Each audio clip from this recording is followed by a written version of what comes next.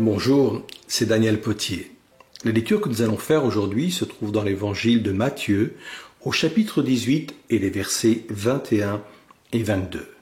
Un jour, Pierre va s'approcher de Jésus avec cette question. « Seigneur, quand mon frère commettra des fautes contre moi, combien de fois dois-je lui pardonner? Jusqu'à 7 fois ?» Jésus lui répondit, « Je ne te dis pas jusqu'à 7 fois, mais 490 fois. » Nous serons tous, un jour ou l'autre, offensés. Le ton d'une conversation que l'on n'appréciera pas, une blague à notre rencontre un peu trop ironique à notre goût, une reconnaissance qui ne vient pas, un reproche qui ne passe pas, et nous voilà blessés. Ce n'est pas anodin, ça vient gâcher des moments présents, ça vient détériorer des relations familiales ou amicales, et ça peut même générer une énorme souffrance émotionnelle dont on n'arrive pas à se débarrasser.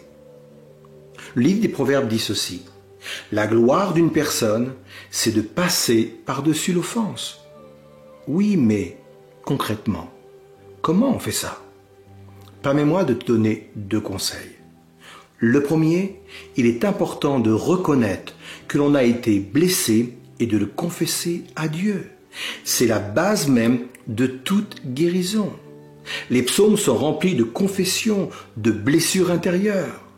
David lui-même, dans le psaume 109, va dire ceci: « Je suis malheureux et indigent, et mon cœur est blessé au-dedans de moi. » Et le contexte montre qu'il se sent trahi et injustement calomnié. Ça lui fait mal, ça le blesse, et il le dit au Seigneur.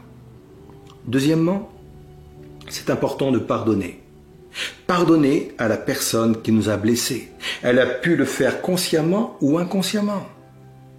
Pardonner en se rappelant que le pardon n'est pas une émotion, mais une décision.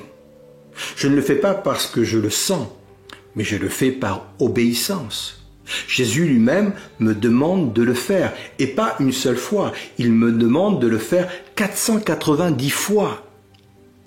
Mais au-delà de ce chiffre, l'enseignement qu'il faut retenir, c'est qu'il est important pour nous de rester constamment dans l'esprit du pardon, autant que nécessaire. En réalité, le pardon n'est pas utile à la personne qui m'a blessé, mais elle est avant tout utile à moi-même. Le pardon me libère de l'emprise que l'offense a pu avoir sur ma vie. Quelqu'un a dit, le pardon ne change pas le passé, mais il élargit le futur. Alors, je décide aujourd'hui de pardonner. Sois béni et à très bientôt.